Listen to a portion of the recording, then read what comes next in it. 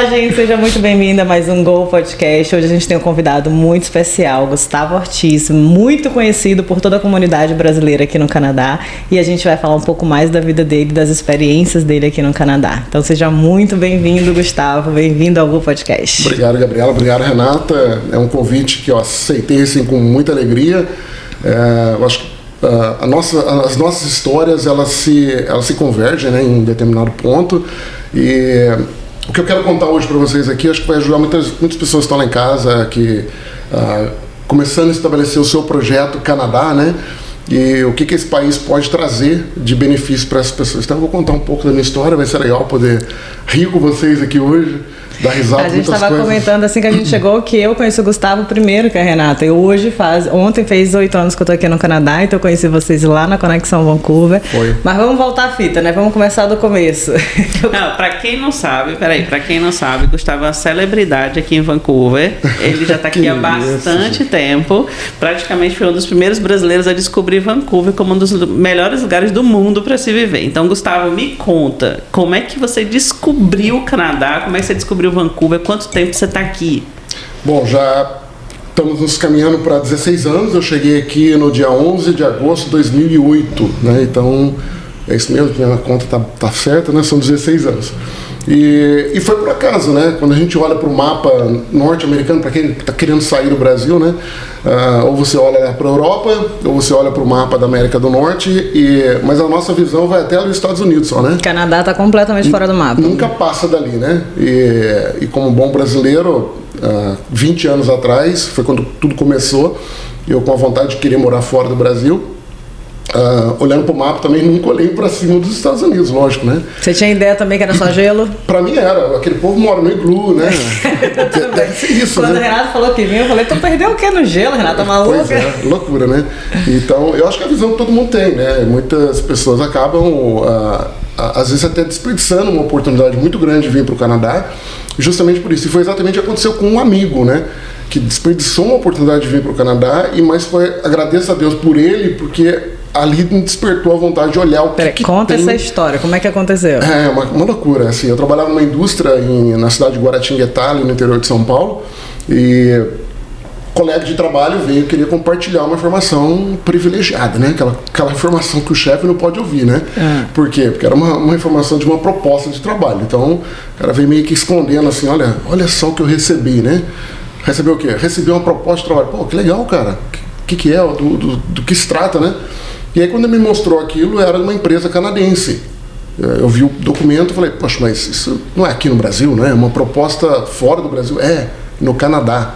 Falei, cara, que legal. Eu me entusiasmei naquele momento, mesmo nem fazia parte da minha intenção olhar Canadá naquele momento, mas me entusiasmei por ele, né? Qual era o segmento de mercado na época?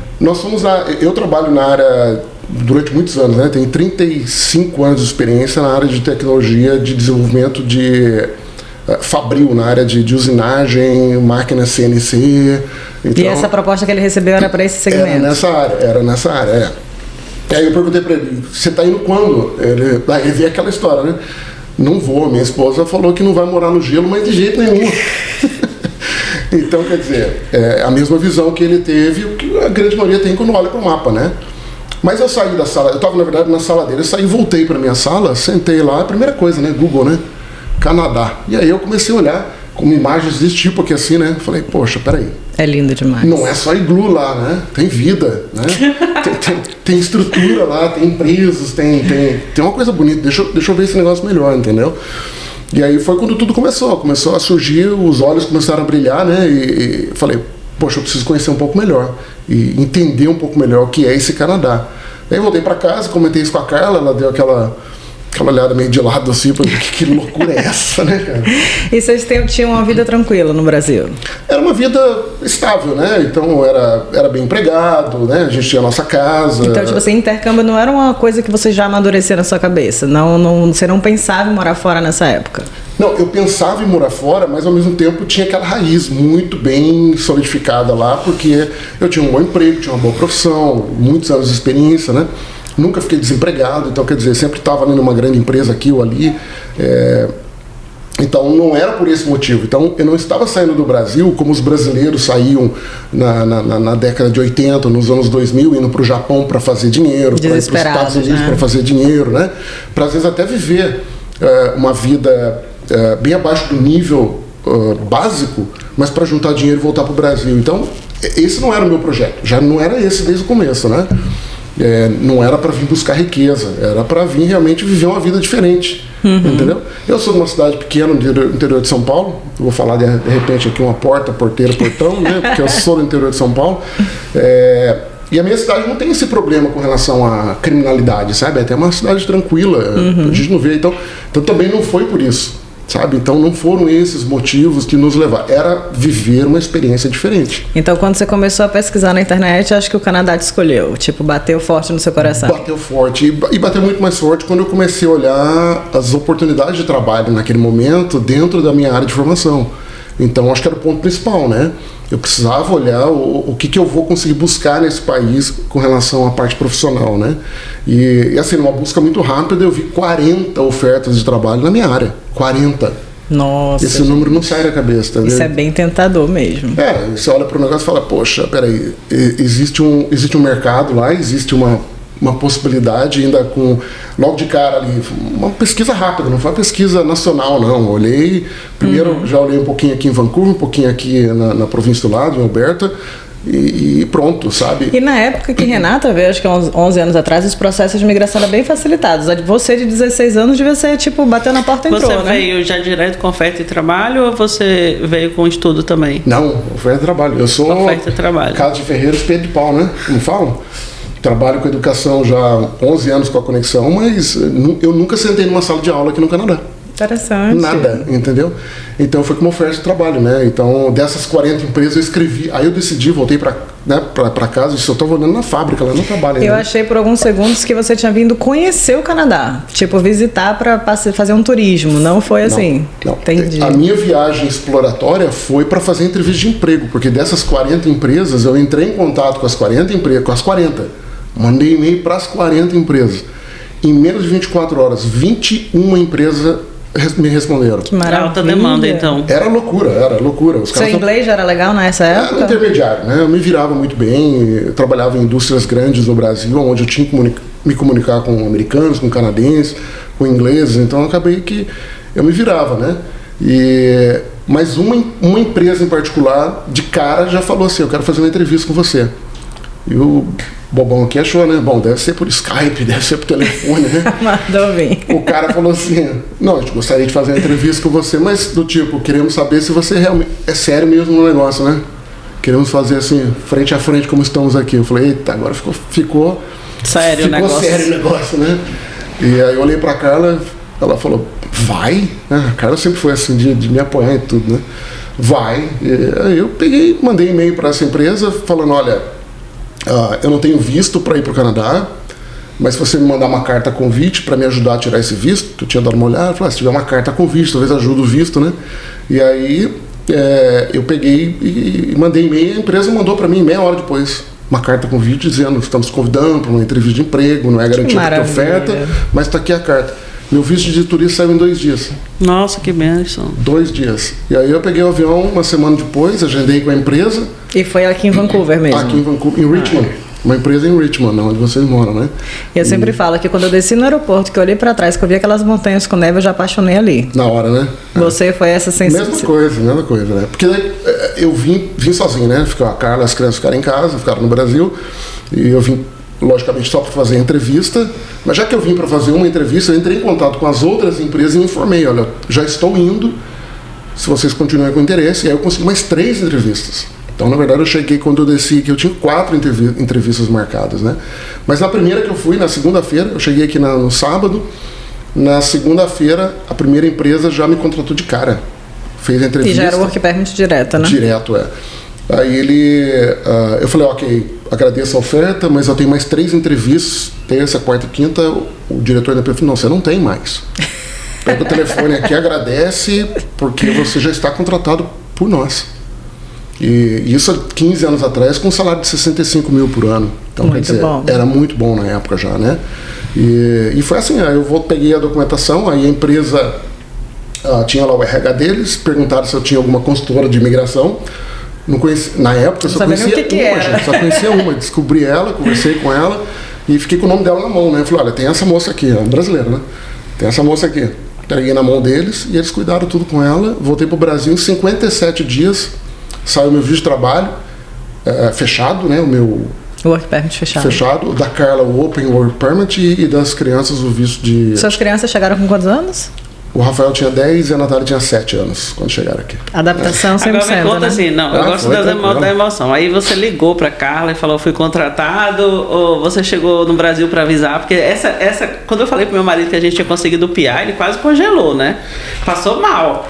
Então, tipo assim, agora é real. Agora ficou sério, né? Agora ficou sério. E aí você falou o que pra Carla? Não teve jeito, eu tive que falar ali do estacionamento da empresa. Eu saí de lá de dentro... Eu saí lá da entrevista e meio que não acreditando ainda, pisando assim, sabe quando você fica os pisares, eu tá meio esquisito, assim, parece que você tá andando nas nuvens mesmo, né? Tira do eixo, né? Porque é uma mudança muito radical. Mas me conta, você falou pra ela e aí? Nossa, loucura, lá do outro lado, você tá aí ainda? Ela ficou muda do outro lado, né? Eu não sei qual seria a minha reação, porque de repente você sabe que você vai mudar de vida, literalmente, de país, de língua, de tudo. Com 2 filhos pequenos, com 2 filhos pequenos, E assim, ninguém da família sabia, a gente não contou pra ninguém. Eu fui contar pro meu pai que eu ia fazer meu pai e minha mãe, que eu vinha pra fazer a entrevista de emprego, na noite antes do meu embarque. Eu ia embarcar na sexta-feira, eu acho, e aí na quinta noite passei na casa dos meus pais e falei, pai, é o seguinte, dá uma olhadinha lá em casa, tá tudo bem e tal, porque eu vou ter que sair pra fazer uma viagem. Tipo São Paulo? E meu pai, quando você vai, trabalho? Eu falei, não, pai, é um pouquinho mais longe. Né? E aí contei pra ele só na noite inteira, mas vocês estão pensando em ir embora pra lá? Eu falei, não, pai, não tem nada certo ainda, né? Por enquanto é só uma entrevista de emprego, vou lá dar uma olhada, conhecer a região. E aí como eu vinha, a passagem eu comprei para 9 dias de chegada e embora, né? Acabei não fazendo as outras entrevistas realmente, não fiz, desmarquei, porque eu falei, não vou perder tempo lá, né? Vai ficar aquela tentação, aquele leilão, né, de paga mais, paga menos. Eu falei, não, deixa eu garantir essa aqui e tá pronto, né, tá bom. E aí fiquei mais 8 dias aqui, aí fui olhar a escola para as crianças, a igreja, onde morar, aproveitei para correr pela região. E seu colega de trabalho quando soube? Nossa, eles ficaram doidos, né? Mas na verdade, quando isso aconteceu, eu já não estava mais nessa empresa. Porque isso foi no comecinho do ano 2008 e aquela coisa assim de, eu falei, se eu continuar trabalhando dentro da empresa, se chegar uma oportunidade como essa, você não vai. Eu não vou. Sabe o que eu fiz? Eu pedi a conta da empresa, eu saí da empresa um mês depois. Um mês depois que eu descobri essa história dele, eu saí dessa empresa e fui trabalhar autônomo. Eu acho que as coisas são meio que pré-definidas por Deus, totalmente, né? Sei, né? Porque não tem explicação. Não tem.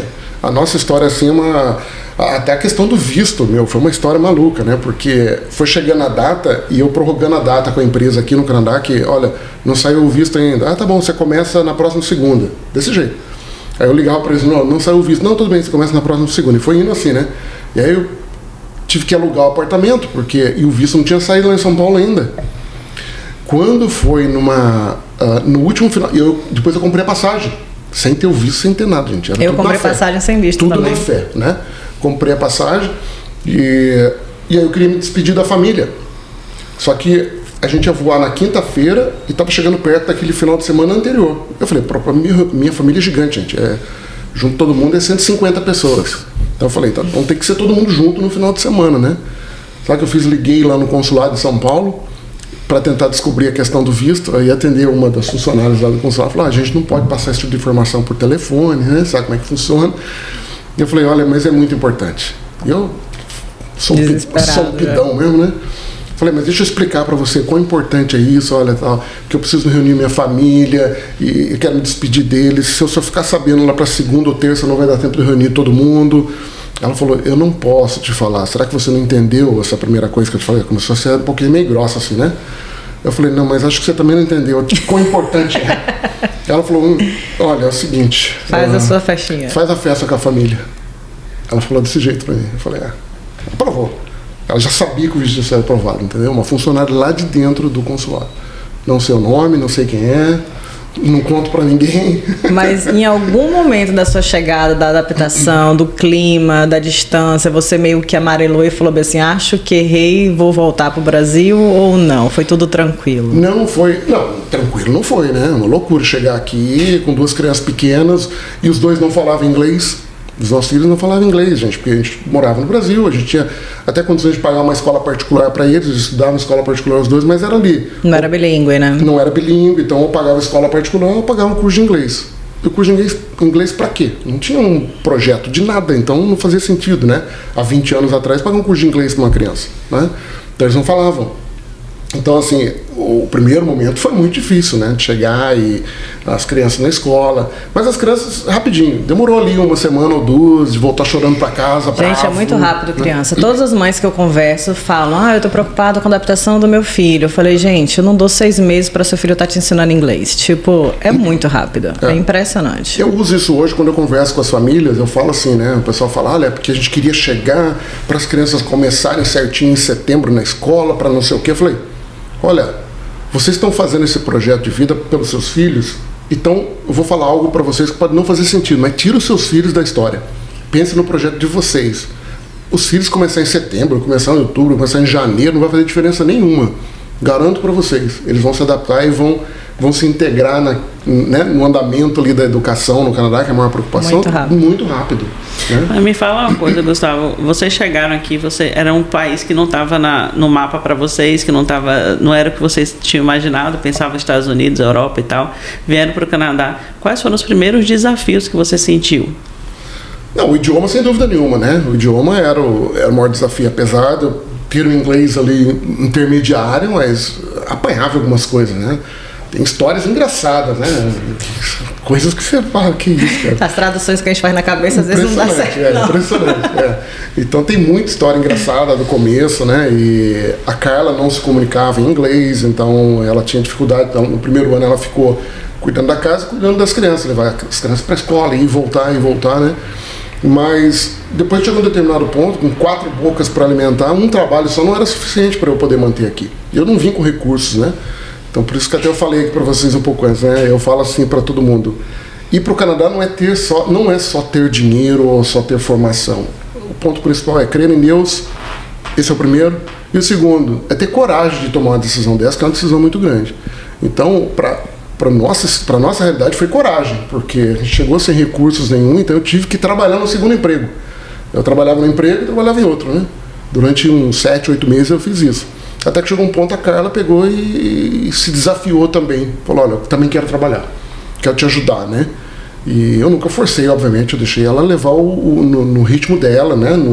E para muitas pessoas é difícil. Eu tenho essa dificuldade, assim, eu nunca precisei ir para o mercado canadense procurar emprego, mas o medo de errar, o medo de não ter o inglês perfeito, isso gera bloqueio em muitas pessoas. Eu já vi pessoas muito bem qualificadas no Brasil e chegar aqui e ter medo de aplicar. Eu tinha medo quando eu fui para os Estados Unidos, eu tinha uma prima que trabalhava no Dunkin' Donuts, eu falava, cara, como é que consegue pegar as ordens rapidinho assim e pegar os cafés? Eu falei, cara, eu não dou conta. Starbucks me dá essa sensação, né? Eu tinha medo, tipo assim, de você ficar... É muito rápido aquela galera atendendo no drive-thru. E eu falava, eu vou me embananar toda no seu nome desses negócios, entendeu? Tipo, eu não tinha coragem. Não. Sabe qual era o meu termômetro? O que eu usava para o meu inglês? Rádio dentro do carro. Eu acho que funciona muito bem. Era o meu termômetro. Eu achei uma estação que até hoje eu ouço ela, e quando a Carla entra no carro ela faz eu trocar, porque ela não gosta de música country, né? E eu gosto. Mas era aquela rádio. Então eu ligava quando aquelas pessoas começavam a falar. Quando tinha música, é música, né, meu? Você tá curtindo a música e tal, mas quando eles batendo papo, eu ficava assim, peraí, não tô entendendo, né? E eu sempre deixava ligado. E aquilo foi um termômetro exato para eu ver no momento que o meu inglês estava fluindo. Porque no começo eu não entendia o que eles falavam. Passou um tempo e falei, poxa, eu tô começando a entender a conversa deles. E daqui a pouco ligado, hoje em dia tem hora que eu ouço e falo assim, eles falaram isso em português ou falaram em inglês? Você já não sabe. Porque hoje as pessoas falam assim, o que é ser fluente no inglês? Ser fluente não é ter estudado 7 anos numa escola de inglês no Brasil. Isso não te torna fluente nunca. Nunca. Né? Ser fluente é quando você não precisa mais do tico e teco lá dentro, fazendo as conversões, né? Converter de inglês para português e aquela coisa toda. É automático, né? Eu consigo conversar com alguém falando em português aqui, virar e falar com alguém em inglês. Meu inglês é perfeito? Não é. E nunca vai ser. Eu cheguei com 35 anos. Eu julgo que às vezes meu português não é perfeito, eu cometo vários erros em português, por que não seria diferente em inglês que eu estou aprendendo agora, entendeu? Então ele não é perfeito. O inglês continua e nunca vai ser porque eu cheguei aqui com 35 anos de idade. É diferente de uma criança como os nossos filhos, os filhos de vocês, né? Que chegaram aqui pequenos, né? Então, para eles... Eles são nativos, realmente. Sim. Minha Mas filha pra chegou nós- com 8 meses, então, tipo, a primeira língua dela é inglês. Então, é difícil até para fazer o contrário. Mas como que tá seus filhos hoje em relação ao idioma? Eles falam português bem em casa ou você deixou eles perderem um pouquinho? A Natália perdeu, né? A Natália, ela fala, ela entende o que a gente escreve. Eu só falo com ela em inglês, a Carla só fala com ela em português. Mas ela só responde em inglês. Ela não consegue escrever em português. Ela lê em português, ela entende se você falar. Já o Rafael não, o Rafael chegou com 10 anos, então continua ainda tendo português. Mas mistura também, ele fala metade português, metade inglês. Com os dois você fala inglês? Eu só falo inglês com os dois, é. Por que você fez essa escolha? Não sei, ficou mais fácil, porque a Natália só fala inglês. Então, quer dizer, eu já desisti de falar com ela em português. Entendeu? A Carla continua. A Carla continua falando com ela em português. Lá em casa é o contrário. Eu desisti um pouco cedo, meu marido não permitiu. Aí ele falou, a regra aqui em casa é português. Ah, é? Aí eu travei, agora todo mundo é Me português. diz uma coisa, Gustavo. Você veio pra cá, você praticamente foi um dos pioneiros, né? Eu acredito que não tinha muitos brasileiros quando você veio. tinha. Porque logo depois eu cheguei, eu lembro que Richmond era pouquíssimas famílias. E nesse período você teve um tempo que você foi pro Brasil, né? Conta um pouco isso aí. Loucura, isso foi uma... É assim, os desafios que a gente encontra aqui, às vezes eles são grandiosos, mas quando você vê toda essa beleza desse país, o que esse país oferece em termos de segurança, né, de oportunidades e tudo mais, eles são maiores do que os seus desafios. Tá? Mas quando a gente chega aqui numa idade como a gente chegou, que eu cheguei com 35 anos de idade, o coração brasileiro ainda bate mais forte. Né? Nossa terra, amo o Brasil. Tem pessoas que, eu lembro que no passado olhavam para nós e falavam assim, vocês são traidores, largaram traidores da pátria, né? Eu cheguei a ouvir isso, gente. Traidores da pátria é pesado. Coisa louca, né? Eu falei, eu amo o Brasil, gente. Não é porque eu não moro mais no Brasil que eu não me emociono quando eu ouço um hino nacional brasileiro, quando eu vejo um gol do Brasil, quando, né? Quando tem histórias políticas, quando tem histórias de tudo que a gente acaba se envolvendo, né? Que eu não sou brasileiro. Eu continuo sendo brasileiro, apesar de hoje ter 2 passaportes, né? Tenho 2 terras. Mas o grande perigo é você voltar para o Brasil depois de um tempo que você morou aqui, né? E foi exatamente o que aconteceu com a gente. A gente morou durante 3 anos e pouquinho aqui, até que a gente voltasse para lá para fazer um passeio com a família. E esse passeio foi um passeio muito longo. esse foi o erro, né? Foi um passeio de um mês que nós ficamos no Brasil. E esse foi um mês o quê? Um mês de festa, gente. Um mês que você lembra que a saudade bate forte, né? Todo mundo queria oferecer a melhor comida para você comer, todo mundo queria a melhor hospitalidade possível para te atender. Vem aqui em casa, todo mundo convidando, vem aqui em casa, vamos fazer uma festa para vocês e tal, né? E isso foi, de uma certa forma, envolvendo a gente, né? E... enfim, aí bateu aquela coisa, voltamos pra cá depois de um mês, que a gente ficou um mês lá no Brasil, voltamos pra cá e bateu aconteceu comigo, né? Mas aí tem a história sobrenatural sobre tudo isso, a gente não entende no começo, né? E aquilo que a gente tem um ensinamento bíblico sobre isso, que muitas coisas que acontecem na vida da gente no momento, a gente não entende naquela hora o porquê. Às vezes tem pessoas até que criticam a Deus sobre isso, do tipo, Deus, por quê, né? Mas sempre tem uma coisa melhor para acontecer na sua vida que você não vai entender naquele momento, né? E aconteceu conosco também. Nós não somos diferentes, não é porque eu sou um pouquinho mais instruído biblicamente que eu também não vou passar por um momento desse onde Deus toca no nosso coração de uma certa forma e você fala, mas por que isso? Por que eu vou ter que fazer isso? Não estou entendendo. Mas você vai entender lá na frente, né? E uma das coisas foi que eu tive a oportunidade de passar um ano com meu pai e a Carla um ano com o pai dela. Que exatamente aconteceu o que depois? Assim que nós voltamos, meu pai faleceu. E assim que nós voltamos, o pai da Carla entrou num declínio muito grande e veio a falecer alguns anos depois. Então foi um ano para a gente viver muito próximo deles e ajudá-los, entendeu? E dar o suporte para eles, né? A gente tirou o pai da Carla, que morava sozinho na casa dele, um senhor de quase 80 anos de idade morando sozinho, trouxemos para morar conosco, né? Eu convivi quase todo dia, porque a gente alugou uma casa pertinho da casa do meu pai, então quase todo dia eu estava passando na casa do meu pai, tomar um café da tarde, não sei o que e tal, durante esse ano, né? E foi a gente voltar para cá em outubro de 2012. A gente foi para lá no dia 11 de outubro de 2011 e voltamos no dia 11 de outubro de 2012. Foi um ano certinho. Exatamente um ano, E o meu pai faleceu no ano de 2013. 6, 7 meses depois meu pai faleceu. E a readaptação do Brasil foi difícil ou foi tranquila? Não, foi terrível, né? Foi terrível. Foi terrível, gente. A Natália, assim, para cada um dos 4 da família foi uma reação diferente. né? Eu ainda estava com aquela empolgação, já tinha algumas ofertas de trabalho para olhar, não sei o que tal, ia morar perto dos meus pais, rever meus amigos, poder jogar meu futebolzinho no sábado de novo com os amigos, fazer aquilo que as pessoas me perguntam até hoje, o que eu sinto falta, né? De tomar um caldo de cana e comer um pastel na esquina, né? Aquela coisa. Então, tudo isso me empolgava. Então, tudo isso foi motivo para que eu pessoalmente, conseguia me sentir à vontade para seguir naquele projeto por mais tempo. Mas as reações foram diferentes. Para a Carla foi diferente, para o Rafael foi diferente, para a Natália. A Natália, a reação aconteceu no aeroporto. No dia 12 de outubro, quando nós desembarcamos em São Paulo, ela entrou debaixo do braço da Carla e queria voltar para o avião. Né? Quando ela viu aquele ambiente diferente, em Guarulhos, aquela loucura, né? O pessoal brinca até hoje, fala os aeroportos do Brasil parecem uma rodoviária. Não estou criticando aqui não, gente, mas a realidade é diferente, o ambiente é diferente, né? E ela se sentiu assim, apavorada a ponto de falar, chorando, que queria voltar para o avião, queria voltar para o Canadá. Então, para a Natália durou um minuto.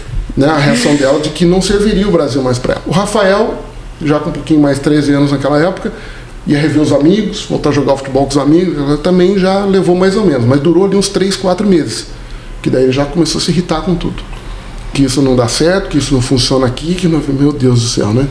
E os meus têm resistência ao Brasil, os dois. E agora os dois não querem ir pra lá nem pra passear mais, entendeu? Eu acho que vai acontecer isso lá em casa, porque hoje a gente impõe. Tipo assim, eu falo, eu tenho meu pai, eu tenho minha mãe, seu pai tem os pais deles, a gente quer estar perto dos nossos pais. Então eles entendem e respeitam. Mas assim, é uma luta. Quando eu falo, a gente vai pro Brasil, meu filho mais velho, vou perder aula? Quanto tempo eu vou ficar lá?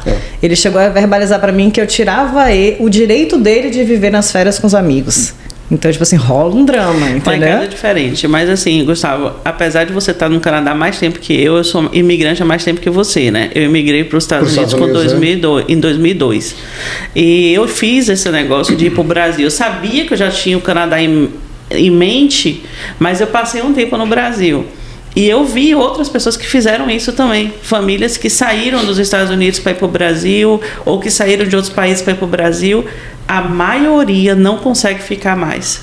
Porque eles perderam aquela raiz do Brasil já há muito tempo, experimentaram algo, entre aspas, melhor. E aí, quando chega no Brasil, que vê toda aquela corrupção, aquela violência, aquelas notícias ruins, elas se sentem assim, tipo, não pertenço mais a isso aqui completamente. Você acha que essa sensação é generalizada ou você acha que são pessoas que têm filhos? Eu acho que quando você experimenta, filhos, né? Quando você perde a raiz, que você imigra, que você já enfrentou todos os desafios de uma imigração, você conhece algo diferente, quando você volta, você tem essa sensação que o Gustavo teve.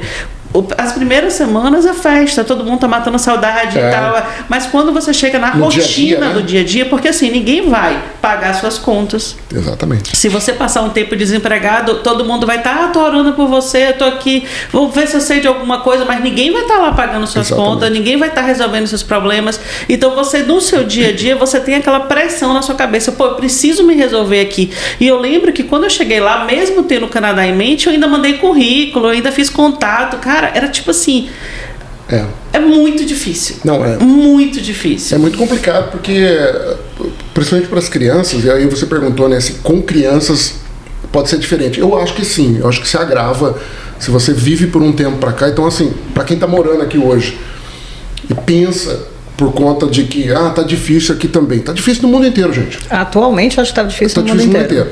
Tá com dificuldade aqui de housing, tá com dificuldade de... A inflação deu uma subidinha aqui, coisa que a gente não via desde que eu moro aqui há muitos anos, né?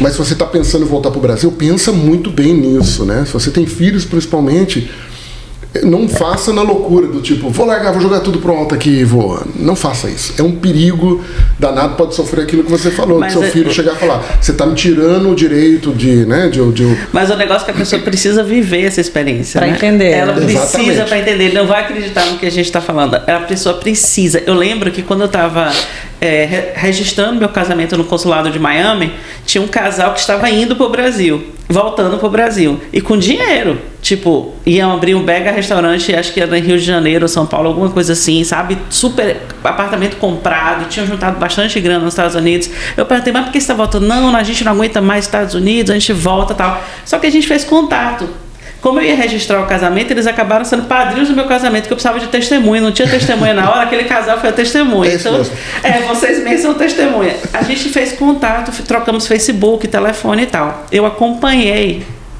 Cara, não durou 1 ano. Eles falaram, Renata, a gente precisa voltar para os Estados Unidos, a gente precisa ir para o Canadá, a gente precisa ir para qualquer lugar. Não tem condições. Não tem condições. Não, e eu já vi muitas pessoas passando por essa experiência, né? Já estando envolvido nesse mercado, como você falou, eu fui um desbravador aqui. Lógico, tinham mais pessoas antes da gente aqui, mas eu lembro há 16 anos atrás, quando a gente chegou, a gente andava pelos corredores do supermercado, era raro quando você ouvia alguém falando português, né? Quando a gente ouvia falar, olha, tem um brasileiro aqui atrás. Né? Hoje em dia não. A gente que mora em Richmond, quando eu cheguei não tinha brasileiro. Não tinha. Hoje tem condomínios lotados de brasileiro aqui. Graças a Deus a gente está ajudando esses brasileiros a vir para cá. Então, como a gente acabou se envolvendo com o nosso povo em geral para ajudar para vir para cá através dos projetos de educação, a gente começou a ver um volume maior de gente chegando e também ver algumas pessoas voltando, né? Então eu vejo algumas pessoas, eu conheço famílias que voltaram, e todas elas basicamente são pelo mesmo motivo, né? Ou não se adaptaram aqui. Saudade da família. Saudade da família, não dá. Então, assim, vir para o Canadá é um projeto de vida, não é um projeto de brincadeira, não é de mudar de emprego no Brasil ou mudar de cidade no Brasil. Por isso que quando eu falo ali que precisa ter coragem, e eu sou uma prova viva disso, porque eu vim e fiz isso 2 vezes. Então, quer mais coragem para isso, né? Então, mas eu acho também que existem propósitos, assim, no sentido de... Existem pessoas hoje, eu tô com uma sobrinha na minha casa, que ela veio estudar inglês. Ponto. Ela já veio com a cabeça de que é temporário, eu vou voltar para o meu país. Exato. Existem pessoas que vêm por trabalho, fazer um tempo de trabalho aqui, por projetos das empresas multinacionais, enfim, e voltam para o Brasil. No meu caso, eu vim conhecer, porque Renata já estava aqui. E nessa de vir conhecer, eu me apaixonei e resolvi ficar. Então, acho que existem propósitos. Tem pessoas que não são chamadas para estar aqui, entendeu? E agora, preciso falar dessa moça aqui, porque eu conheci ela primeiro do que a Renata, e para mim foi uma surpresa muito grande. Eu falo isso sempre, sabe, sobre ela. Porque eu estava sentado no escritório aqui assim, né? Eu lembro até hoje, na minha sala aqui assim, o fundo virado para o mar, muito bonito. Lindo, né? lindo. Daqui a pouco ela passou assim, né? Ela passou assim no vidro, veio até na porta. Olá, bom dia, posso falar com você? Eu falei, pode, por favor, entra, né? E aí ela contou toda a história, tinha acabado de chegar, que estava chegando com a família, com o marido, com os filhos. E aí ela falou, olha, eu preciso arrumar um curso de inglês para o meu marido. Eu falei, maravilha, você veio no lugar certo. Vamos cuidar disso, né? E daqui a pouco ela pegou e disse, deixa eu chamar ele. Aí como é que ela chamava ele mesmo? Edson, amor, Love, tudo. Love, vem aqui, né? Daqui a pouco passa aquele... Eu vou usar essa expressão porque é uma expressão que eu acho que não tem nada de pejorativo nisso, tá? E pra mim eu tenho um coração muito mais limpo do que falar o que eu vou falar agora, né? Daqui a pouco passa aquele negão bonito alto lá, eu falo assim, que isso, o Love dela é aquele cara? E ele entra na sala, o Jacaré. Eu falei, o Jacaré é o Love. É ele. Então por que eu quero contar isso? Porque ela jamais chegou na minha sala e entrou e falou assim, olha, eu sou esposa do Jacaré do Tchan, né? Ela, sabe, eu achei assim uma coisa tão legal de ver assim a sua simplicidade, sabe, de você não usar o fato dele ser uma pessoa pública, né, e que era do Tchan, que trabalhou na Globo e tal, e aquilo pra mim ficou marcado, aquilo eu realmente falei, poxa, que legal, né, de ter o contato com a pessoa que não tem essa bobeira, sabe, né? Não tem, eu nunca tive, pra mim é meu marido. Não ele também não tem, né? E ele também não tem. E aí depois conversando com ele na simplicidade, um cara, que isso, cara? Você é um cara do povão, você é um cara, né? Então, assim, eu nunca esqueço daquele dia de você ter ido lá no escritório, né? E foi o primeiro contato, na verdade, eu tive com ela. E com ela foi diferente, né? Como é que foi? Com ela, eu não sei se a gente conheceu antes, mas eu lembro de um dia dela sentada ao meu lado, numa festa de aniversário. Foi, na educação da Willington, foi. Ela sentou do meu lado e ela falou, olha, você já trabalha com essa parte de educação? Eu tirei minha licença para consultor de imigração, eu não comecei ainda, mas eu estou num desespero danado de como é que você faz para trabalhar com pessoas. Essa foi a palavra dela para mim. Aí eu falei, Renata, não é muito fácil não, trabalhar com gente é uma coisa difícil. É difícil, né? Trabalhar com pessoas é muito difícil. Graças a Deus, assim, a gente tem sorte de achar pessoas maravilhosas nesse mercado, mas a gente tem também uns clientes que só Jesus na causa. É porque nosso trabalho, né, Gustavo, a gente trabalha muito com sonhos, as expectativas das pessoas. E eu entendo perfeitamente a ansiedade que envolve todo o projeto. É um projeto caro, é um projeto de sonho e tem muita coisa que foge do nosso controle. Por exemplo, a decisão de um oficial no consulado foge do nosso controle. Então é o que a gente fazer, né? Exatamente. O nosso papel é fazer o nosso melhor. Mas tá sempre disponível como as pessoas querem, né? De domingo a domingo. Eu recebo e-mails e mensagens no meu WhatsApp sábado 10 horas da noite. Tipo, domingo 11 horas da noite. Porque a pessoa não pensa que eu tenho uma vida. A pessoa pensa, poxa, eu tenho um problema para resolver.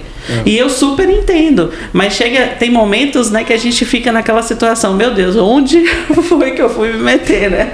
Não, mas é legal de ver assim a evolução da Renata, porque de estar sentada do meu lado e preocupada como é que eu vou me virar trabalhando com pessoas, para hoje ela tá falando na frente, fazendo vídeos todos os dias. Ela é uma excelente oradora, ela demora de entender isso. Eu falo pra ela, Renata, você é uma excelente oradora, você tem que explorar esse seu lado. Ela, não. Aí você vê ela num púlpito da igreja, tu fala, realmente... Manja, né? Total, mas ela nasceu pra isso, só que ela só acha que é só no tema cristão, no tema dos outros ela acha que não, entendeu? Não, mas ela tem usado isso de uma forma muito sábia, né? Ela tem usado nos stories dela, ela fala do projeto e ela leva a palavra de Deus como nós cristãos temos a nossa missão de levar isso, né? De levar esperança, de falar de sonho realmente, daquele sonho que você tem que sonhar com o sonho de Deus, com a vontade de Deus na tua vida, né? Isso não é errado, né?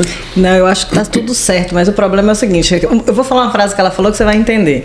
Ela tava na igreja, aí uma pessoa falou assim, você é Renata da consultoria de imigração, né? Renata, não, eu sou Renata aqui da igreja, aí eu faço visto de, tipo assim, às vezes, sabe? Então, tipo assim, a parte.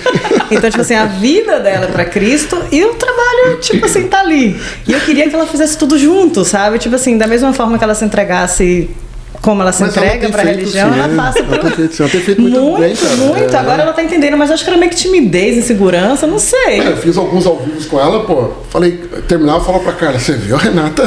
Tá arrebentando. Ela arrebenta, eu sou fã, assim, acho que realmente a gente tem que explorar esse lado dela. Vamos voltar para o Gustavo, que é o nosso convidado, não sou eu.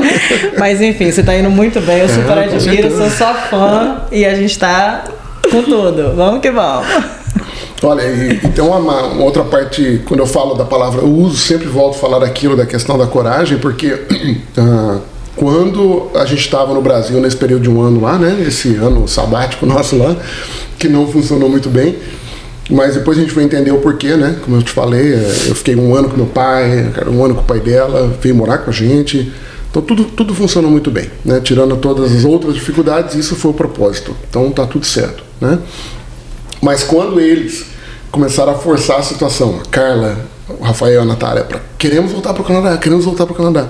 Eu não tinha recursos para voltar para o Canadá, porque a gente vendeu o que tinha, viemos para o Canadá em 2008. Depois que a gente começou a ter alguma coisinha aqui, vendemos tudo que tinha, que era pouco, readaptando no Brasil. Volta para o Brasil de novo. E agora, com menos de um ano, fazer todo o trajeto de volta não era fácil, né? Então foi assim, foi uma luta, e aí eu falo que tem o sobrenatural sobre isso, porque eu não manjava nada dessa coisa de imigração. Eu acabei fazendo o meu processo de PR, que saiu com... depois eu volto lá no começo da história, para vocês entenderem como aquele há 16 anos atrás era bem diferente, né? Sim. Mas eu não manjava muito dos processos, sabia como é que funcionava, e uma coisa que eu não sabia, eu ficava com medo, eu sabia assim, quanto tempo eu posso ficar fora do Canadá para mim não perder meu PR? Eu não conseguia encontrar essa informação em lugar nenhum na época, em 2011. E aí eu fui na internet pesquisando e achei uma consultora de imigração, lógico que não vou fazer propaganda dela aqui hoje, mas assim, mas ela foi muito doce em me atender, ela é uma pessoa famosa, me atendeu e me explicar, que falou, não, você tem até 2 anos dentro de 5, acho que é uma coisa assim, né, que você pode ficar fora, que não vai prejudicar o seu PR. Mas na minha cabeça, não sei porquê, ficou um negócio de 1 ano. Gente. Se eu passar de 1 ano, eu vou perder esse negócio, né? Uhum. Então, como eu tinha saído do Canadá no dia 11 de outubro, ficou na minha cabeça... Você tinha que voltar em 1 ano. No 11 de outubro é a minha data limite. 11 de outubro de 2012 eu tenho que subir no avião e voltar para o Canadá. Senão eu vou perder tudo que eu construí, né? Enfim, isso foi em junho, gente. Aí eu comecei a pensar e tentar juntar um pouquinho de dinheiro debaixo do colchão para poder armar um projeto para poder voltar. Naquela época o câmbio estava ajudando ou já era ruim? Era 2,75 na época, 2,50, alguma coisa assim. Era razoável, né? Então não era tão ruim assim. Eu já tinha feito algumas viagens e eu tinha guardado algumas milhas naquele Aeroplan, que é da Air Canada, né? Então eu tinha aquele cartão. Só que quando eu viajei, a gente viajou junto, o Rafael e a Natália, a gente colocou 4 cartões, tinha 4 cartões, cada um com um pouquinho de pontos. Eu liguei na Air Canada para ver, já começar a ver passagem, né? Falei, olha, eu tenho que ver passagem, como é que eu faço? Aí perguntei, olha, eu tenho esse Aeroplan aqui com alguns pontos, vocês podem me ajudar, né? Ela olhou lá no sistema e falou, tem realmente, tem uns pontinhos aqui no seu, uns pontinhos da tua esposa, tal, mas eles separados não dá para comprar nada. Aí eu falei, poxa, que pena. Ela falou, eu falei, mas não dá para juntar tudo? Não pode juntar, né? Tem que ser separado. Eu falei, tá bom. Passou mais uma semana, eu falei, eu vou ligar para esse pessoal de novo, vou insistir. Pidão, né? Eu sou pidão. Liguei de novo e falei, olha, é uma coisa muito importante que eu preciso fazer. Eu preciso voltar para o Canadá e eu preciso da ajuda de vocês nesse sentido. Como é que funciona? Ela falou, olha, eles não abrem sessão para isso, mas eu vou tentar para você. Vou conversar com a supervisão aqui, verificar se a gente consegue juntar todos os pontos num pacote só para ver se consegue um abatimento nos 4. Num 4 passagens mais adiante para você poder vir. Você tem alguma data que você gostaria de falar? Não, agora eu estou por sua conta. Eu pensando que eu estou em junho, que ela vai falar para mim, agosto, setembro, que tem alguma vaga, né? Falou outubro. Passou uma semana depois, ela me manda um e-mail pedindo para eu ligar para eles. Eu liguei, ela falou, olha, consegui aqui, a supervisora autorizou juntar tudo e a gente vai conseguir uma passagem, mas eu só consigo colocar vocês 4 no mesmo voo, voltando para o Canadá, usando os pontos para você diminuir o que você vai pagar, mas só no dia 11 de outubro. Que era um ano que você tava. Gente, não tem como dizer que deu um trabalho, né? Não tem. 11 de outubro. Aí eu falei, deu aquela engasgada, né? No telefone, eu falei para ela, ok, pode marcar, porque eu já sabia que essa passagem era minha mesmo, né? E aí paguei a diferença, né? Dei um jeito lá, peguei um cartão do meu pai lá, paguei, depois paguei meu pai no cartão tal, e resolvi. Entendeu? Então, quer dizer, ali começou, né? A mão poderosa, sobrenatural de Deus sobre a nossa vida para coordenar isso, entendeu? E o retorno foi só bênçãos. O retorno foi assim, com $7 mil no bolso, sem emprego, Jesus, sem carro, sem lugar para morar, sem nada. Foi assim. Coragem. Precisa Voltou de coragem. Viu a palavra coragem? Como ela existe, né? Principalmente com filhos, né? Porque quando a gente é sozinho, a gente dorme em qualquer lugar. Renata já tem história de que ela dormia em sofá, né, Renata? A única coisa que eu consegui foi na quinta-feira, antes de viajar, eu consegui marcar uma entrevista de emprego para segunda-feira. E aí nós desembarcamos aqui na sexta-feira, com $7 mil no bolso. Tinha alugado, uma pessoa ajudou a gente a alugar um apartamento de volta aqui, um apartamento de 2 dormitórios e tal.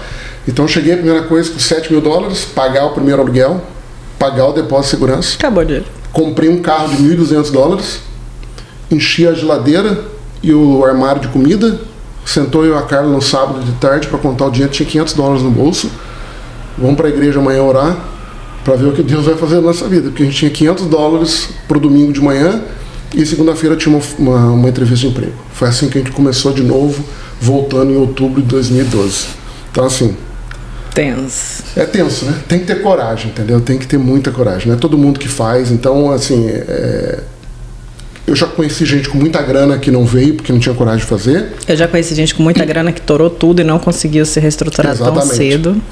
Então, assim, primeiro, falta confiar em Deus, né? E ajoelhar e agradecer a Deus por tudo, que tem o que não tem, o que faltou, o que não faltou. Vai entender muita coisa lá adiante, não vai entender na hora. Né? Mas uma coisa que você falou que meu marido sempre fez isso e eu acho que é certo. Você chegou aqui, você não foi logo buscar um carrão, um financiamento, você pegou um carro de $1.000 e poucos. Porque tinha, né? Não tinha no leilão, eu já comprei meus dois primeiros carros foi no leilão. Exatamente. A gente que chegou aqui, a gente podia tentar no financiamento e tal, mas a gente foi para o leilão, pegou o carro usado, porque o carro, qualquer carro simples aqui, ele resolveria o nosso problema. Exatamente. Que é tirar a gente do frio e locomover. Não, no meu ponto não era nenhuma questão de luxo, não, né? Porque as crianças já estavam grandes. O Rafael já tinha 13, a Natália estava com 10.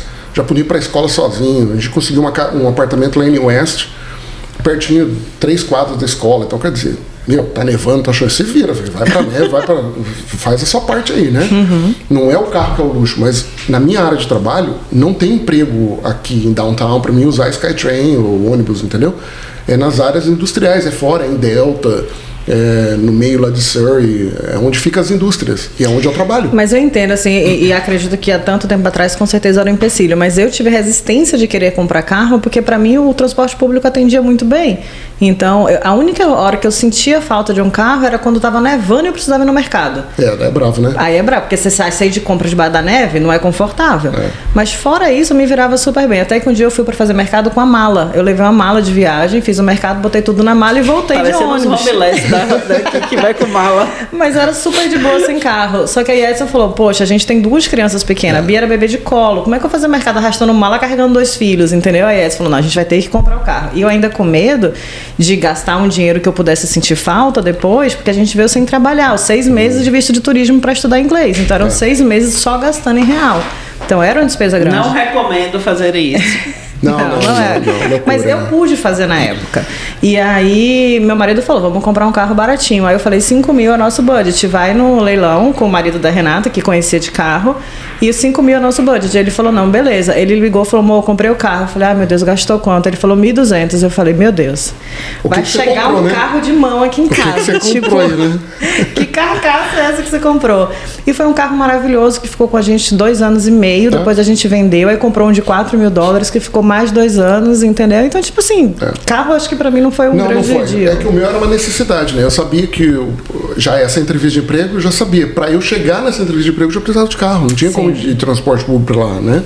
Então eu falei, parte do dinheiro vai ter que ser reservado pra isso. Então, dos $7.000, então vai fazendo as contas, você paga o aluguel do primeiro mês, depósito de segurança. Acabou tudo. Né? Fiz a conta, mercado, falei pra cá, vou fazer um mercado aqui pra garantir 30 dias. Não sei o que vai acontecer, vamos encher a despensa aqui, 30 dias, geladeira, né? Detalhe, compramos um colchão só pro Rafael e pra Natália. Rafael e a Natália, cada um tinha um colchão no chão, que era apartamento antigo, lá em Oeste, de carpete, né? Compramos 2 colchões. Fiquei no colchão no chão durante bastante tempo também. Mas só o Rafael e a Natália, eu não tinha dinheiro pra comprar o colchão meu e da Carla. Se eu comprasse o colchão meu e dela, colchão de casal, quanto custa? $500, você não compra um. Você não compra hoje um colchão bom, né, de casal por menos de sei lá, caro, né? Enfim, o que a gente fez? Era carpete, nós trouxemos do Brasil 2 edredons, né, que eram bons, bem grossos. Forramos 2, um por cima. Era bom pra coluna. Eu e a Carla, coluna reta durante uma semana, até o meu primeiro pagamento da empresa, porque eu fui na entrevista na segunda-feira. E já saiu contratado. Saí contratado, já comecei a trabalhar na quarta-feira. Então ali 15 dias depois já tive meu primeiro pagamento. Primeira coisa que a gente foi e comprou um colchão para nós 2. E aí colchão no chão também, eu e dela. Aí a gente mora aqui, agora o povo lá no Brasil acho que é todo rico, né? Todo rico. Não, agora vamos falar assim, gente, vocês que estão vindo para cá, aí ficam ouvindo, custo de vida, moradia e tal. O que o Gustavo passou há 10 anos atrás não é diferente do que você pode passar hoje se você tiver o objetivo de fazer o seu projeto acontecer. Então, essa coisa, tipo assim, você ter pé no chão e pegar um lugar mais simples, pegar um carro mais simples, economizar, procurar uma moradia na periferia, não aqui em Vancouver, que é mais caro, você pode fazer as coisas acontecerem. A gente morou, o primeiro lugar que a gente morou foi num basement na casa de uma família de indianos, uma família super bacana, mas um basement simples. Até começar a trabalhar, até as coisas se estruturarem para ir para o apartamento, e daí do apartamento foram vários anos no apartamento para depois ir para uma casa, ou seja, você vai pouco a pouco fazendo. Não dá, tem que ter muito pé no chão, tem que tomar muito cuidado com isso. O dinheiro vai embora rapidinho, né? Se você converter a moeda brasileira e chegar aqui e não tomar esses cuidados, vai embora muito rápido. Então, nós passávamos longe de tudo quanto é luxo, né? Nesse princípio, primeiro porque era a segunda vinda nossa já, então a gente já estava meio calejado, já sabia onde atacar e como é que a gente poderia fazer. Da primeira vez eu vim com um pouquinho mais de dinheiro, mas na segunda vez eu vim com $7.000 no bolso, gente. É muito pouco. Para começar a vida com família de 4 é muito pouco. Para quem está assistindo aí e pensa, o cara às vezes tem lá R$500 mil no Brasil. R$500 mil são $125.000, vai? O cara acha que tá bem de dinheiro, tá bem, dá para vir, dá para organizar, legal. Imagina você chegar aqui com $7.000.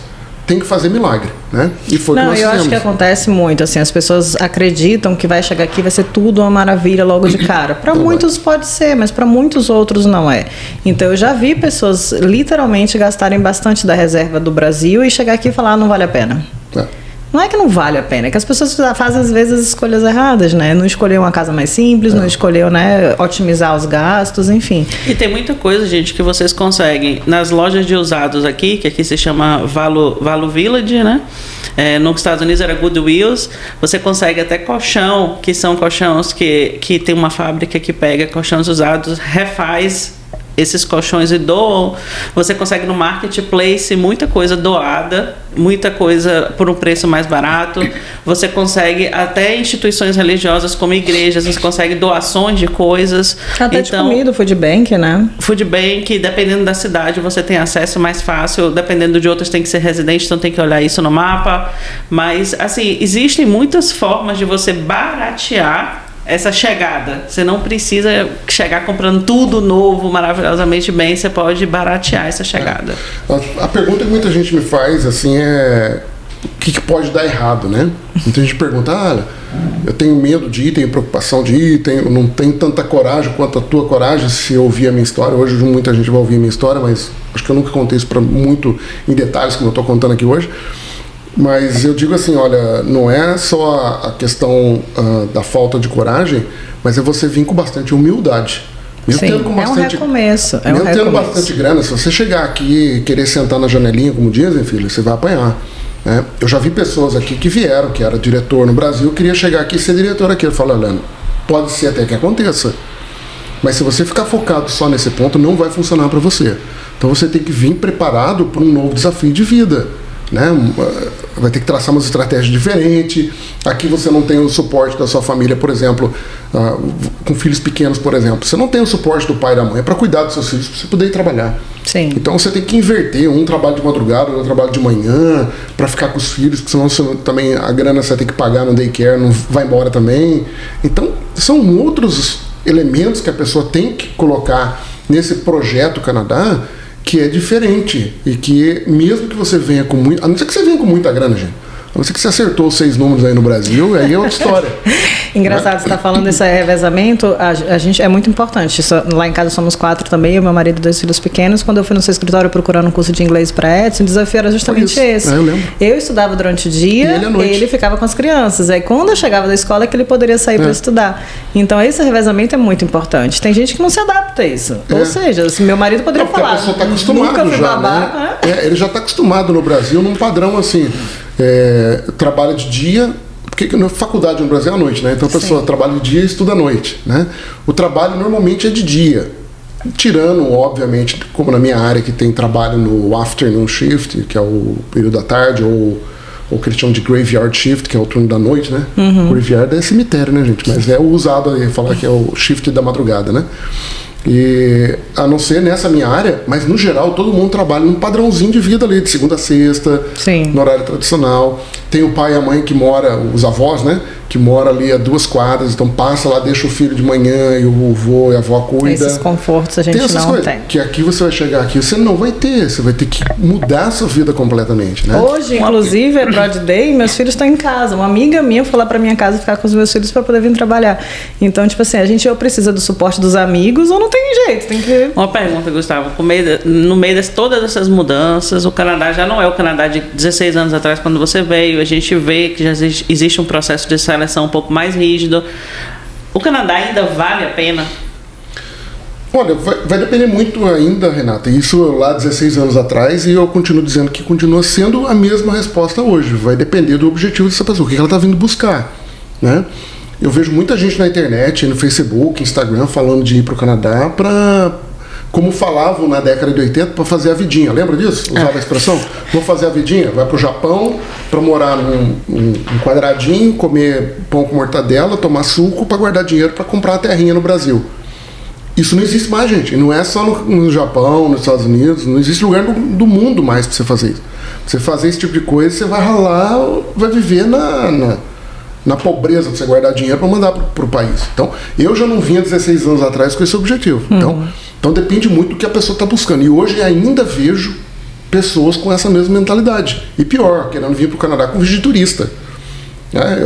Eu já, primeira coisa, já teve gente me chamando, porque você hoje é canadense, é riquinho. Não sou riquinho não, gente. Continuo batalhando, suando ainda para poder pagar as contas do dia a dia, né? E quando eu critico o cara que quer vir para trabalhar ilegalmente, eu falo, olha, eu não tô querendo julgar não, gente. Cada um sabe onde aperta o calo, né? Se eu puder ajudar você, eu vou ajudar. Eu não vou denunciar ninguém, eu não faço isso, sabe? Jamais vou denunciar ninguém que esteja trabalhando ilegalmente aqui ou que estivesse nos Estados Unidos, ou whatever. Isso não é problema meu. Mas eu não incentivo. E não venha pedir dica para mim do que fazer, porque eu não vou falar. Quando me perguntam sobre isso, eu falo por quê? Tipo, não vale a pena, se você tem a possibilidade de trabalhar legal, não vale a pena você se arriscar para ali ilegalmente. Eu acho que não vale a pena. Não, mas isso que você falou, eu acho a coisa importante. O Canadá é um país que eu sempre costumo dizer isso, para você viver. Essa coisa de ficar juntando dinheiro para mandar, esse não é o lugar. Esquece, não vai ser aqui no Canadá. Aqui você não vai encontrar condições para realizar isso. E principalmente hoje em dia, onde o mundo inteiro foi atingido por inflação, pós-pandemia, né, rumores de guerra para tudo lá. Rumores não só, né, mas as guerras acontecendo. Né? Agora já não são mais nem rumores. Então tudo isso impacta no mercado em geral, no seu trabalho, no seu dia a dia, no preço da comida, no preço do combustível, no preço de tudo. Então tem gente que mete bronca hoje falando mal do Canadá, porque agora não dá para viver mais aqui. Gente, tá igual em todo lugar. Se for pro Brasil vai estar assim também. Então você não vai achar lugar. Não existe paraíso mais na Terra. Nunca existiu, né? Mas não tem mais. Né? Eu acho que a gente tem que escolher nossas lutas, né? Então, assim, você tem as suas lutas no Brasil, você tem suas lutas nos Estados Unidos, aqui no Canadá, onde é que você queira morar. Tem que assumir. É aquilo que eu falei agora para Renata. A resposta seria: vale a pena ainda morar no Canadá? Vai depender do seu objetivo de vida. O meu nunca foi ser rico. Nunca vim buscando riqueza, né? Foi buscar assim, uma experiência de vida diferente, morando num país fora do Brasil, mas jamais foi buscar riqueza, né? Eu jamais ia condicionar os meus filhos, a minha família, a morar num lugar muito ruim para pagar muito pouco para comer pão com mortadela, apesar de que eu adoro pão com mortadela, pão com mortadela com Coca-Cola, hein? Fala sério. É muito bom. É muito bom, né?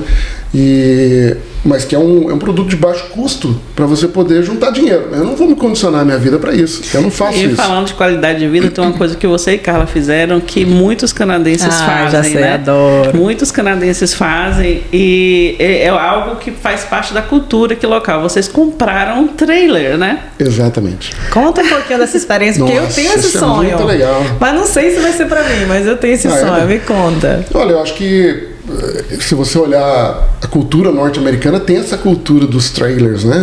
As RVs, né? Que eles chamam, que é o Recreation Vehicle, né? Então quando alguém fala de RV, a pessoa já pensa aquele motorhome, né? Mas o seu é lindo? Não, o nosso é bonito. Né? O nosso não é um motorhome. O motorhome custa $500 mil, gente, né? Então, assim... Então eu sempre tive sonho de ter, né? E aí um dia surgiu a oportunidade, falei pra cara, vamos dar uma olhadinha numa loja lá. Esse negócio da entradinha na loja pra olhar é um perigo, né? Cada vez que a gente vai trocar de carro, a mesma coisa. Eu falo pra ela, Carla, vamos dar uma olhadinha nos carros. É só olhar? Eu falei, entra lá, sai com outro carro, né? Mas enfim, a gente foi nessa loja lá em Abbotsford para visitar realmente. Eu sei qual é a loja. Eu passo pra caramba. É lindo, né?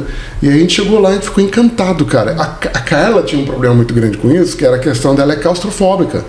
Isso que fala, né? A palavra, né? Claustrofóbica, né? E ela falou, eu não vou conseguir ficar dentro daquele negócio. Eu falei, Carla, aquilo parece um apartamento. Ela falou, não é possível, aquilo é uma caixa. Eu falei, vamos ver. Eu acho lindo. Né? Aí nós chegamos lá para ver e tinham vários modelos e tal. E aí quando ela entrou dentro de ela viu a altura do pé direito assim, ela falou, que isso, eu tô me sentindo tranquila aqui dentro. Eu falei pra você, não é uma caixinha fechada, é um apartamento sobre rodas, né? E é literalmente, realmente, um apartamento sobre rodas. Então daí a gente fez, eu tive que limitar ele, o tamanho, na verdade eu queria até o maior, o nosso é bem grande. Mas basicamente vocês dois, né? Que as crianças não devem mais curtir. Nem vai nada. Eu falo com meus filhos hoje, eu falo assim, os filhos, a geração de hoje também, fala a verdade, né? Para que meu pai tivesse um negócio desse aqui, eu viajava com meu pai todo final de semana. Não, e as paisagens aqui são lindíssimas, né? Então... E aí a gente olhou e nos encantamos e... Tive que limitar ali o tamanho por conta do tamanho do nosso truck para poder puxar ele, né? Porque ele é pesado, pesa 6 mil pounds, dá 3 toneladas e pouco. Caramba! É porque o nosso ele tem sala, cozinha e banheiro, né? Quarto, sala, cozinha e banheiro, né? É um quarto. É um quarto, Mas é enorme, você já viu? Não, aí quando as crianças vão, a sala vira um quarto, não é isso? As crianças nunca foram. Já foi comigo meu primo, com a esposa, sabe? Foram amigos, foram lá fazer churrasco com a gente no camping. Mas transforma, dá pra dormir até 6 pessoas. É isso, né? Porque a sala vira. A sala vira. Tem a mesinha a mesinha, né, de almoçar e tal, ela é um dinette. Então você muda a mesa assim, ela vira uma cama. Mas agora que você já fez várias vezes, você acha prático ou é bem meio que perrenguinho assim, aqueles perrengues chique? Não, é tranquilaço. De montar, desmontar? Ixi, isso aí eu tiro de letra, eu aprendi, então assim... E tem um grupo de brasileiros que já tem, né?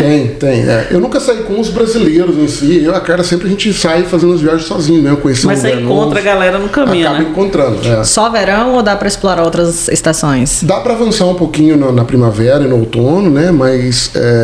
como ele não tem um sistema de isolamento como numa casa, então dentro dele é gelado, né? O nosso tem aquecimento, ele tem lareira dentro, tudo. Então eu já fiquei dentro dele com 0 grau, já fiquei.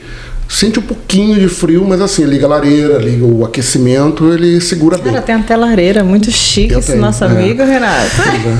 Só que dá medo de congelar a água, né? Porque se baixar a temperatura de 0, a tubulação dele pode congelar, Então a gente evita. Então quando chega ali meados de outubro, comecinho de novembro, eu encosto ele. Aí ele fica guardado, né?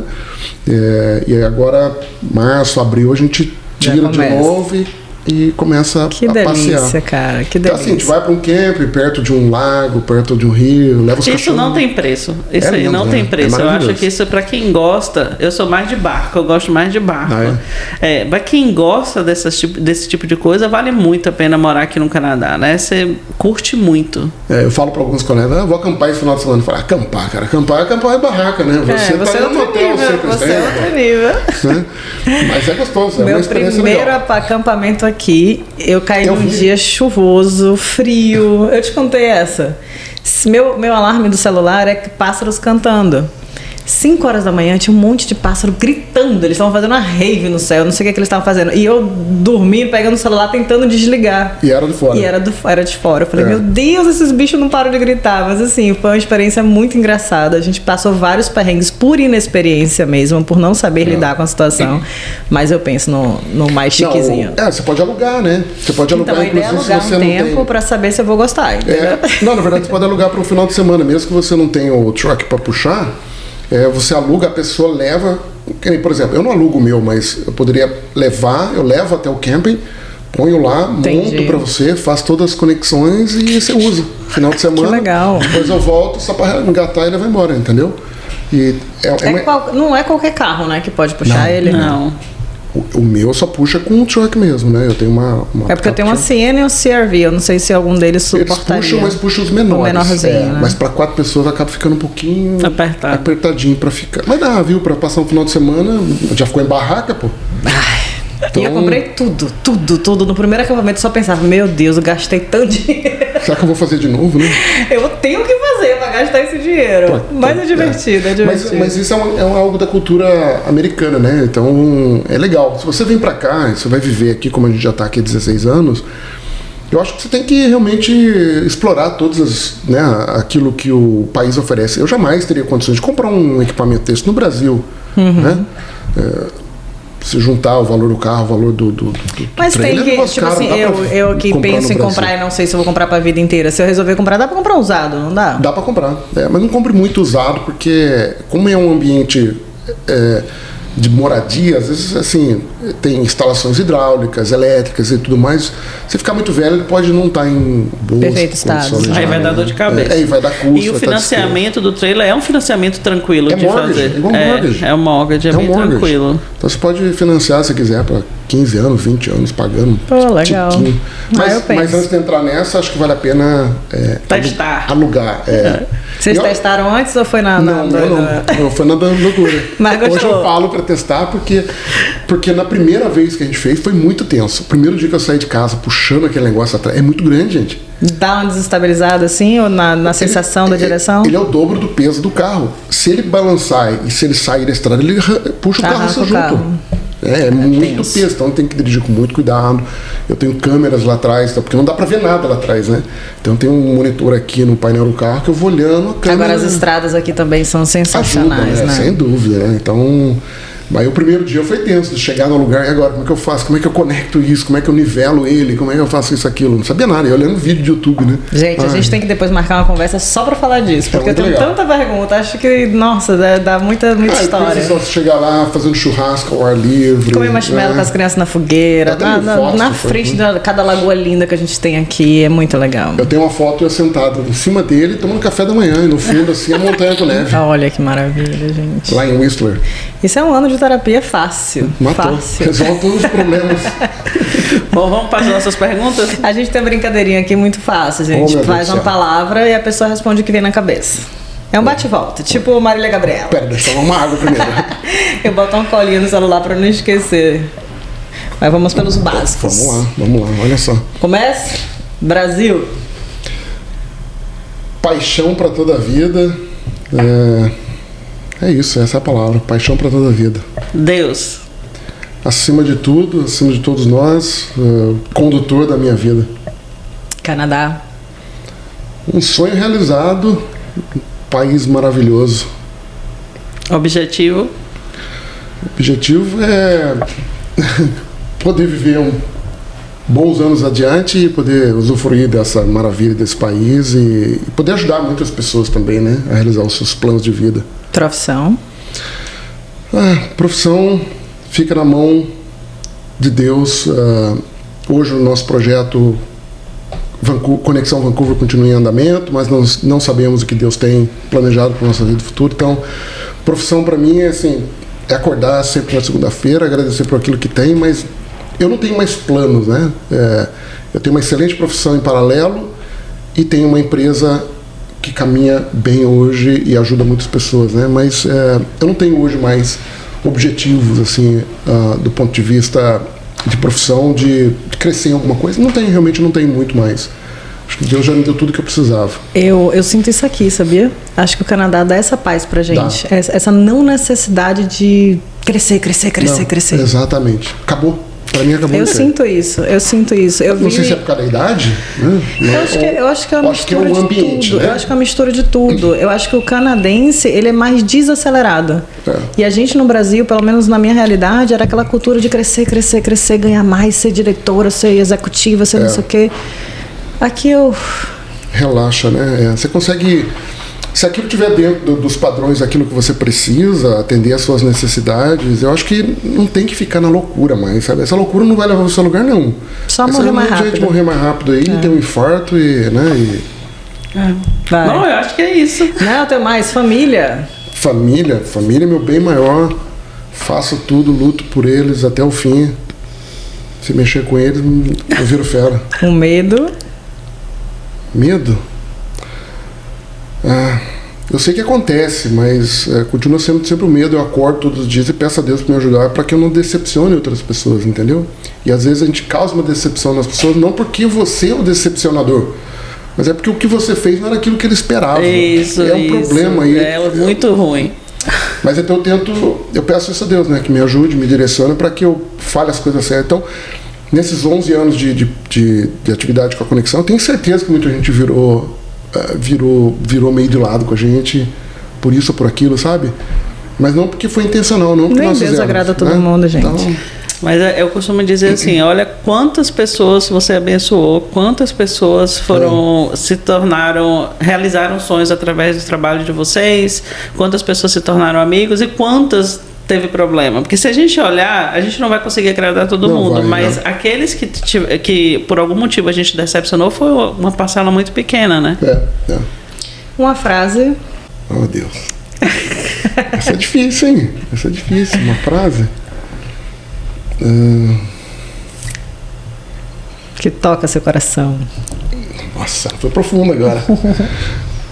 Eu vou usar uma frase muito, muito popular, não é levando nem pro lado político não, mas Deus acima de tudo. Eu acho que é a principal frase das nossas vidas e ela tem sido direcionadora da minha vida. Não vou dizer que em todo momento eu acertei, né? E que em todos os momentos eu fui correto em algumas decisões minhas, talvez aquilo que eu falei anteriormente, algo que eu tenha feito tenha decepcionado alguém, tenha causado tristeza em algumas pessoas, peço perdão se isso tenha acontecido, não foi intencional, mas quando se coloca Deus acima de tudo, não importa as decisões que você toma, elas são decisões bem tomadas, né? Mesmo as decisões das nossas vidas, aquilo que eu falei, que às vezes a gente não entende o porquê. Às vezes você até se revolta, as pessoas se revoltam até contra Deus, né? Quantas vezes a gente ouviu isso, pessoas gritando, Deus, por que isso, né? Mas é porque é difícil entender muitas coisas que acontecem nesse nosso plano terrestre aqui, que podem direcionar para coisas totalmente estranhas às vezes, mas se você tiver Deus acima de tudo não faz diferença o que vai acontecer. Pode parecer algo muito estranho que você está fazendo, mas se você tem essa confiança, as pessoas no fundo vão acabar entendendo, né? Eu acho que é o que já aconteceu na nossa vida algumas vezes, profissionalmente falando, em relacionamentos pessoais, profissionais aqui no Canadá e no Brasil, de às vezes as pessoas virar a cara pra gente mesmo e não entender, mas eu falo, olha, eu não estou fazendo nada daquilo que Deus colocou na minha mente, no meu coração, que eu deveria fazer. Pode ser dolorido para você, mas é algo que eu tenho que fazer agora. E como é que você gostaria de ser lembrado na sua vida? Pelas pessoas que já passaram por você? Isso já tem sido uma marca muito legal, uma marca registrada muito boa, né? A gente já ouviu isso nesses 11 anos de Conexão Vancouver, de muita gente falar, né? Olha, obrigado porque você fez parte da minha história no Canadá. Então, eu acho que se a gente tivesse ouvido uma pessoa falar isso, já teria valido a pena, né? Mas graças a Deus a gente ouviu muita gente falando isso, muitas pessoas falando, quando recomendam a gente, falam, olha, fala com aqueles lá porque eles ajudaram a realizar o meu projeto de vida, né? A Conexão Vancouver nasceu exatamente porque a gente foi ajudar uma pessoa. Foi só por isso. Eu fui ajudar uma única pessoa. Isso lá no meio da minha tribulação, lá em 2011 para 2012, estando no Brasil dentro daquele ano que a gente estava lá, né? A gente tem tempo ainda? Tem. E de repente uma pessoa ali do nosso meio na igreja perguntou, vocês moravam no Canadá, vieram morar aqui agora? A gente já tinha até tomado a decisão de voltar na época, quando essa pessoa falou com a gente. Falou assim, a gente vai voltar. Porque eu tô querendo fazer um intercâmbio no Canadá e eu não conheço ninguém lá. Você sabe alguma coisa que poderia me ajudar com relação a isso? Eu falei pra ele, olha, final do culto. Falei, Alex, vou citar o nome dele porque não tem problema nenhum. Alex, eu não manjo nada desse negócio, não sei como é que funciona. Desculpa, mas não tem como te ajudar. E fui embora pra casa. Quando eu cheguei em casa, eu falei pra cara, poxa, eu fui meio rude, né? Eu poderia correr atrás da informação e passar pro Alex para ajudar ele, né? Falei para ela, eu vou correr atrás disso. Dia seguinte, internet, caçando informação e tal, achei uma escola que nem existe mais, foi a escola que faliu, inclusive, ela teve um problema aí, faliu, a VEC, foi a primeira escola em inglês aqui, né? E entrei em contato, liguei, peguei o telefone, liguei, atendeu uma pessoa falando inglês, obviamente, eu também falando inglês, mas percebi que ele tinha um sotaque. Eu falei, por acaso você é brasileiro? Sou brasileiro. Ele era brasileiro, trabalhava na VEC. E aí expliquei toda a história para ele, falei, cara, eu vou fazer o seguinte, eu te mando, me passa o teu e-mail, eu te mando o formulário, te dando as dicas ali, como é que funciona e tal, e você ajuda ele. Eu falei, tá bom, me manda. Ele me mandou, fui lá, Alex, aqui, olha aqui, é assim que funciona, vou te ajudar aqui, faz isso. Falou, e o visto? Eu falei, o visto, peraí. Aí fui ler também sobre o visto, fui lá, não cobrei nada dele do visto, nem posso, né, Renata? Não posso fazer isso, né? Não sou consultor de imigração. Mas fui lá e fiz o visto para ele, visto de turista. Era o visto de turista que ele precisava, isso dá um mês só aqui, fiz o visto para ele, o visto foi aprovado, saiu o visto dele, e quando foi no dia 11 de outubro, lembra da história do 11 de outubro? Embarquei, vim para cá, cheguei aqui no dia 12 de outubro, quando foi no dia 15 de outubro, essa pessoa da VEC me liga e fala, você pode dar um pulinho aqui na VEC, queria conversar com você? Tá bom. Peguei, vim aqui em Downtown, fui na VEC e esse cara, eu sentei lá, ele puxou um envelope, me entregou, eu abri o envelope, tinha um cheque dentro da comissão. Dentro do envelope, né? Eu falei, o que é isso aqui? Ele falou, é uma comissão sua. Eu falei, comissão do quê? Né? Porque você ajudou o rapaz lá a fazer a matrícula, então, e a gente tem uma parte do recurso da escola é para isso. Se a gente não pagar, vai ficar para a escola. Então, que bacana. Melhor pagar para alguém que fez o trabalho, né? E aí ele falou, olha, por que você não faz isso de um negócio? Então a gente tem até hoje o quadrinho lá, que a VEC foi a nossa primeira... A nossa história é similar, assim, a gente começou a ajudar uma pessoa que precisava de uma dupla, que era a Renata, enfim. E eu acho que é isso, quando a gente vai ajudando, as coisas vão acontecendo, quanto mais a gente doa, mais a gente recebe. Foi exatamente assim. Então surgiu A conexão, a história da conexão básica, simples, foi isso, né? Surgiu porque Pra ajudar alguém. acabou aquele domingo, eu falei, poxa, eu posso ajudar, né? Não custa nada eu levantar essa informação e ajudar essa pessoa. Que maravilha. Gustavo, muito obrigada pelo seu tempo. Foi muito prazeroso conversar com você. A gente tem muito agradecimento por você. Você foi um dos nossos primeiros parceiros. Então é muito bom a gente ter você aqui com a gente, viu? Muito obrigada. Obrigada, amei conhecer a sua história. Tenho certeza que todo mundo que está assistindo aí também vai poder se inspirar com toda a sua trajetória. E faço o convite, se vocês quiserem saber informações sobre estudo no Canadá, podem entrar em contato com o Gustavo. Gustavo, quais são as suas mídias sociais que eles podem entrar em contato? A gente está por todas elas aí. A gente pode botar na descrição dos vídeos também, não tem problema. Aí na descrição abaixo vai estar aí o nosso site, nosso Instagram, nosso Facebook. Se entrar em contato, a gente fala pelo WhatsApp também, conversa com as pessoas, né? E para nós é uma alegria realmente poder ver o crescimento da Go North, né? A gente viu, né? Eu e a Carla, nós vimos a Go North nascer. Desde o comecinho. Desde o comecinho, né? E realmente, acho que se a gente não for o primeiro, foi um dos primeiros parceiros de vocês desde o princípio lá, e a gente fica muito feliz de saber, né, da vitória de vocês, do crescimento da empresa. Amém. Né? Olhar lá aquela reunião lá com aquele monte de gente e falar, olha só, essa turma cresceu, rapaz, que legal. Muito trabalho, muito trabalho. Imagino.